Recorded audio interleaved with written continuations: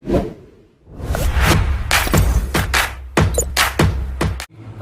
वालेकुम। क्या हाल चाल? उम्मीद करते हैं कि आप खैरियत से होंगे। हमारे दुआ है कि आप हमेशा खुश रहें, हंसते और मुस्कुराते रहें और इसी तरह हमें अपना प्यार दिखाते रहें। बिल्कुल जी, मेरा नाम मुअज्जम अली। मैं हूं तारिक महमूद। मैं मोहम्मद यूसुफ। तो आज हम जिस वीडियो पर रिएक्ट करने जा रहे हैं, वीडियो का टाइटल है Egypt breaks all rules for India, huge respect for PM Modi at India and Egypt. तो इजिप्ट में गए थे पीएम मोदी और वहां पर बड़ा ही एक कमाल का स्वागत किया गया था उनका। वर्ल्ड फेयर की वीडियो है कि कौन से उन्होंने रूल ब्रेक किए स्वागत करने में, क्योंकि नॉर्मली कुछ रूल्स होते हैं। तो देखते हैं वीडियो और अपना बयान कर देंगे। कौन करते हैं 3 2 1 वीडियो स्टार्ट। नमस्कार and welcome you all to world affairs. मैं हूं Prashant Dhawan. Now prime minister Modi की यूएस विजिट जब खत्म हुई तो उसके बाद, जैसे मैंने आपको पहले बताया था, इन्होंने विजिट किया है इजिप्ट को। यहां पर आप देख पाएंगे ये है इजिप्ट, एक बहुत ही इंपॉर्टेंट अफ्रीकन देश। और इजिप्ट में देखिए जिस तरीके से पीएम मोदी का वेलकम किया गया, जिस तरीके से प्राइम मिनिस्टर प्रेसिडेंट दोनों ने सारे प्रोटोकॉल तोड़कर पीएम मोदी की इज्जत करी है, इंडिया की इज्जत करी है। This was a sight to see. Now यहां पर मैं आपको दिखाना चाहता हूं कि किस तरीके से पीएम मोदी को रिसीव किया गया जैसे ही इन्होंने इजिप्ट में कदम रखा। अब यहां पर आप देख पाओगे इंडियन पीएम का रेड कारपेट से वेलकम हो रहा है। अब आप देखोगे जैसे ही पीएम मोदी उतरते हैं, कौन इनको गले लगता है। यहां पे आप देख पाओगे the prime minister of Egypt literally wait कर रहे थे और जैसे ही पीएम मोदी आए इनसे गले मिल लिए। नाउ यहाँ पे मैं आपको बता दूं प्रोटोकॉल के बारे में कि प्रोटोकॉल क्या होता है। देखिए, हर देश में एक सेट ऑफ गाइडलाइंस होती है। मान लो एक कंट्री है, ठीक है, नया कंट्री है, वहां पे उनको रूल बनाने हैं कि कल को हमारे देश में बाइडेन आ गए, पीएम मोदी आ गए, पुतिन आ गए, तो हम क्या करेंगे, प्रोटोकॉल क्या रहेगा, उनको रिसीव कौन करेगा, उनको प्रेसिडेंट से हम कैसे मिलवाएंगे। इस सब का एक प्रोटोकॉल रहता है, एक सेट ऑफ रूल्स रहते हैं। मगर कुछ केसेस होते हैं, कुछ रेयर ऑफ रेयरेस्ट केसेस ऐसे होते हैं जब एक देश प्रोटोकॉल तोड़ देता है दूसरे कंट्री के लिए। जैसे इस केस में अगर हम देखें तो इंडिया की इंपॉर्टेंस इजिप्ट के लिए इतनी बड़ी है कि इजिप्ट के प्राइम मिनिस्टर खुद ही यहां पर आ गए। नहीं तो यूजुअली यहां पे होते हैं foreign secretary, maximum foreign minister हो गए। प्राइम मिनिस्टर को भेज देना वेलकम करने के लिए, रिसीव करने के लिए, ये दिखाता है कि एक देश आपका कितना सम्मान करता है। और ये बात देखिए इतनी स्पेशल है कि पीएम मोदी ने अलग से इस पर एक वीडियो पब्लिश करी थी और ओवरऑल जो इनकी इजिप्ट की विजिट थी उसकी हाइलाइट्स भी यहाँ पर ऐड करी हुई है। जो छोटी सी क्लिप है ये मैं चाहता हूँ आप देखें।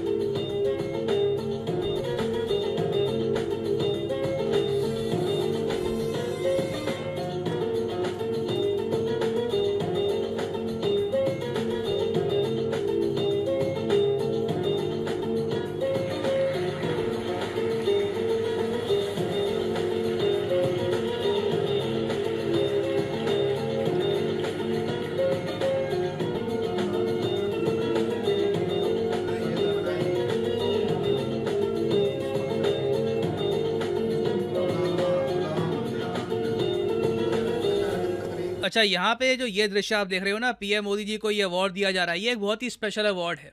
ये है इजिप्ट का one of the highest awards. इसका नाम है order of the Nile. The Nile आपको पता होगा इजिप्ट की मेन नदी है। यहाँ पे आप देख पाएंगे, ये आपको दिख जाएगा इजिप्ट, और ये यहाँ पे आपको दिख रही है नाइल नदी। ये नदी अफ्रीका के कई देशों से गुजरती है, जैसे कि साउथ सुडान, उसके अलावा युगांडा, इजिप्ट। तो नाइल नदी के नाम पर जो इनका अवार्ड है ये बहुत ही ज़्यादा स्पेशल है। दुनिया में बहुत ही limited number of world leaders हैं जिनको ये अवार्ड से सम्मानित किया गया है। तो पीएम मोदी को ये सम्मान मिलना, it is a very big thing. और उसके अलावा देखिए, इंडिया और इजिप्ट ने एक बड़ा काम ये किया है कि दोनों की पार्टनरशिप अब एक स्ट्रैटेजिक पार्टनरशिप बन चुकी है। अब यहाँ पर आप कहोगे मगर स्ट्रैटेजिक पार्टनरशिप में इतना स्पेशल क्या है, what is so unique about strategic partnership. Strategic partnership में देखो स्पेशल बात ये आ जाती है कि यहाँ पर आप ट्रेड, इन्वेस्टमेंट्स, कल्चरल टाइज, उसके बियॉन्ड आप बात करना स्टार्ट कर देते हो डिफेंस की, सिक्योरिटी की। एटलीस्ट इंडिया के कंटेक्स्ट में तो मैं यही कहूँगा, जब भी हम स्ट्रैटेजिक पार्टनरशिप घोषित करते हैं तो उस कंट्री के साथ हम डिफेंस और सिक्योरिटी के इश्यूज को लेकर बहुत ज़्यादा एंगेजमेंट स्टार्ट कर देते हैं। अब इंडिया की टोटल स्ट्रैटेजिक पार्टनरशिप्स कितनी है? देखो, टोटल तो अब नंबर पहुंच चुका है 30। इजिप्ट हमारा 30वां स्ट्रैटेजिक पार्टनर है। हमारा सबसे पहला स्ट्रैटेजिक पार्टनर कौन सा था? फ्रांस। हालांकि आज के समय वो पार्टनरशिप कई गुना आगे बढ़ चुकी है। 1997 में फ्रांस बना था हमारा सबसे पहला स्ट्रैटेजिक पार्टनर। उसके 3 साल बाद आया रशिया। हालांकि मैं ये कहूँगा कि रशिया 1992 से लेकर सन 2000 तक बहुत बिजी था। जब तक व्लादिमीर पुतिन रशिया में नहीं आए तब तक रशिया ने ये नहीं सोचा कि अच्छा हाँ, इंडिया हमारा पुराना एक बहुत ही इंपॉर्टेंट पार्टनर, उनके साथ स्ट्रैटेजिक पार्टनरशिप साइन करते हैं। तो व्लादिमीर पुतिन का मैं कहूँगा क्रिटिकल रोल था कि सन 2000 में इंडिया के साथ एक पार्टनरशिप साइन करी गई, स्ट्रैटेजिक पार्टनरशिप। और इंटरेस्टिंगली यूएसए के साथ हमने स्ट्रैटेजिक पार्टनरशिप सन 2004 में साइन करी है। इसमें मैं कहूँगा George W Bush, Atal Bihari Vajpayee और मनमोहन सिंह जी, इन तीनों का मैं कहूँगा बहुत ही क्रिटिकल रोल था कि इंडिया की यूएस के साथ एक स्ट्रैटेजिक पार्टनरशिप बना दी गई। उसके बाद आप देखोगे, फनी बात है, मगर चाइना के साथ भी हमारी एक स्ट्रैटेजिक पार्टनरशिप है। यहाँ पे आप देख पाओगे इंडिया के विदेश मंत्रालय का डॉक्यूमेंट है। यहाँ पर साफ साफ लिखा हुआ है, during April 2005 visit of premier Wen Jiabao both sides established strategic and cooperative partnership for peace and prosperity. तो बाद में देखिए ये स्ट्रैटेजिक पार्टनरशिप का आप सबको बताएं क्या हुआ। अब ये बस नाम की रह गई है। चाइना के साथ स्ट्रैटेजिक पार्टनरशिप के नाम पे हम कुछ नहीं कर रहे, कुछ खास आगे तरक्की नहीं हो रही। इजराइल के साथ ऑब्वियसली हमने 2017 में साइन करी है स्ट्रैटेजिक पार्टनरशिप, और मोस्ट रिसेंटली हमने पार्टनरशिप साइन करी है स्ट्रैटेजिक पार्टनरशिप इजिप्ट के साथ। और अभी तो देखिए जिस तरीके से इंडिया और इजिप्ट के रिलेशंस आगे डेवलप हो रहे हैं, कोई बड़ी बात नहीं है कि दोनों की partnership, special strategic comprehensive partnership भी बन जाए। It can very much happen. अब यहाँ पर मैं ये भी ऐड कर दूं कि इजिप्ट ने ना इंडिया को इतनी इंपॉर्टेंस दी है कि इजिप्ट की सरकार में, इनके कैबिनेट में एक इंडिया यूनिट है। मतलब लिटरली यहाँ पे आप देख पाओगे, इसके बारे में PIB ने जानकारी पब्लिश करी थी कि मोदी जी भी जब इजिप्ट जाएंगे तो ये इजिप्ट के इंडिया यूनिट से अलग से मिलेंगे। इंडिया यूनिट आप कह लीजिए एक अलग से डिपार्टमेंट है इजिप्ट की सरकार में, जिनका एक ही मकसद है, इंडिया के साथ कॉन्स्टेंटली हमको रिलेशंस इंप्रूव करने हैं। अब यहाँ पे आप मुझसे एक सवाल पूछोगे, अगर इंडिया यूनिट है, स्ट्रैटेजिक पार्टनरशिप है, मोदी जी जा रहे हैं, अवार्ड्स मिल रहे हैं वगैरह, वो सब अपनी जगह है, कश्मीर के इशू को लेकर इजिप्ट हमारे समर्थन में क्यों नहीं आया? जब G20 का समिट हो रहा था, मुझे याद है मैंने इस पर वीडियो बनाई थी कि जब G20 की एक मीटिंग होनी थी कश्मीर में, उस वक्त इजिप्ट ने वो मीटिंग अटेंड क्यों नहीं करी? देखो, मैं पहले भी बता चुका हूँ, अब भी बताऊंगा, इजिप्ट G20 का मेंबर नहीं है। इंडिया ने इजिप्ट को इनवाइट किया था एज ए स्पेशल गेस्ट। तो मुझे लगता नहीं है कि कश्मीर की मीटिंग पर ज़रा फोकस भी यहाँ पर गया होगा। बाकी हाँ, मैं ये भी ऐड करूँगा कि इजिप्ट इंडिया से दोस्ती चाहता है, हमारा गेहूं चाहता है, हमारे हथियार ये खरीदना चाहते हैं, हमसे ट्रेड चाहते हैं, ये लोग सब अपनी जगह है। मगर कश्मीर के इशू पर ये 100% हमारे सपोर्ट में नहीं आएंगे। फॉर एग्जांपल, जिस तरीके से वियतनाम हमारा सपोर्ट करता है, इजराइल हमारा सपोर्ट करता है, वैसा सपोर्ट आप इजिप्ट से एक्सपेक्ट नहीं कर सकते। ये एक OIC कंट्री है, organization of Islamic cooperation country है, कहीं ना कहीं इनके पाकिस्तान के साथ भी रिलेशंस हैं। तो बिल्कुल कश्मीर को लेकर ये खुल के हमारे सपोर्ट में नहीं आएंगे। तो इसका मतलब ये अज्यूम मत कर लेना कि इजिप्ट खराब है, इनके साथ दोस्ती एक खराब आइडिया है। इनके साथ फ्रेंडशिप के इंडिया को और बहुत ही बड़े एडवांटेजेस मिल सकते हैं। For example, strategic location. और आप लोग समझ गए होंगे, जब भी मैं कहता हूँ स्ट्रैटेजिक लोकेशन इजिप्ट के मामले में, तो हम यहाँ पर बात कर रहे हैं सुएज कैनाल की। यहाँ पर आप देख पाएंगे यह है एशिया का मैप और यह है हमारा प्यारा भारत, और यहाँ पे आपको दिख जाएगा इजिप्ट। नाउ इजिप्ट के बीचों बीच यहाँ से गुजरता है एक बहुत ही इंपॉर्टेंट कैनाल, सुएज कैनाल, जो ये जो ऊपर वाटर बॉडी है मेडिटेरेनियन सी, इसको रेड सी और बाद में बाकी जो दुनिया भर के ओशंस हैं उनसे जोड़ता है। ये बहुत ही इंपॉर्टेंट पैसेज है। और इजिप्ट ऑलरेडी इंडिया को ऑफर कर चुका है डेडिकेटेड क्लस्टर्स। आप आइए अपनी कंपनीज को लेकर, हम सुएज कैनाल के इर्द गिर्द आपको डेडिकेटेड क्लस्टर्स देंगे ताकि आप लोग सुएज कैनाल इकोनॉमिक कॉरिडोर का पार्ट बन पाओ। ये एक बहुत ही इंपॉर्टेंट इन्विटेशन है और इंडियन कंपनीज को इससे एक बड़ा एक्सेस मिलेगा यूरोप का और इवन अफ्रीका का भी। और वैसे अगर हम बात करें डिफेंस सेल की, तो सिंस दोनों कंट्रीज ने स्ट्रैटेजिक पार्टनरशिप साइन अप कर ली है, बहुत ही जल्द आप देखोगे कि तेजस फाइटर जेट या फिर इंडियन मेड मिसाइल से रिलेटेड इजिप्ट का एक बड़ा ऑर्डर आएगा। It is not a matter of if it will happen, it is only a matter of when it will happen. ये बिल्कुल होगा और उस टाइम बाद में मैं एक डेडिकेटेड वीडियो इसके लिए लेके आऊंगा। और फाइनली यहाँ पर मैं ये भी ऐड कर दूं कि अनअकैडमी की मेगा 50% डिस्काउंट सेल एक्टिवेट हो चुकी है। तो अगर आप लाइफ में एक बार जेन्युइनली यूपीएससी एग्जाम की प्रिपरेशन करना चाहते हैं तो कमेंट सेक्शन में जाइए, पिन कमेंट में यहाँ पे आपको लिंक मिलेगा आइकॉनिक कॉम्बो का। यहाँ पे आप अनअकैडमी का जो बेस्ट कोर्स है वो यूपीएससी ये परचेज कर सकते हैं। इसमें आप यूपीएससी प्रीलिम्स, मेंस, ऑप्शनल तीनों की तैयारी कर पाओगे। उसके अलावा यहाँ पे आपको एक कोच मिलेगा जो इंश्योर करेगा कि आप प्रॉपरली कोर्स को फॉलो करो। ऐसे नहीं कि खरीद के बैठ गए उसके बाद कभी देखा नहीं कोई लेक्चर वगैरह। आपको प्रॉपर मोटिवेशन भी यहाँ पे आपको मिलेगी।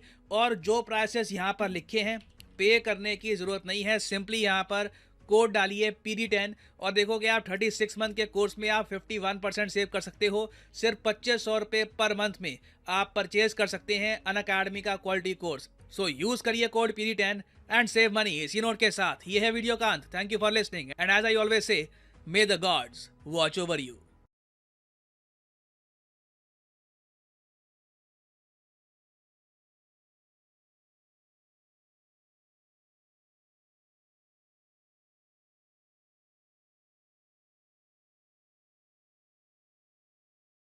चलन जी, वीडियो खत्म हो गया। और भाई साहब, पहले जब हमने ये वीडियो देखी थी ना कि जिस तरह इजिप्ट ने स्वागत किया था, वो पहले हमने अमेरिका वाले देखी वीडियोस कि वहाँ पे जो पहले न्यूयॉर्क में गए, फिर वो क्या नाम दूसरा वाशिंगटन, वहाँ पर गए।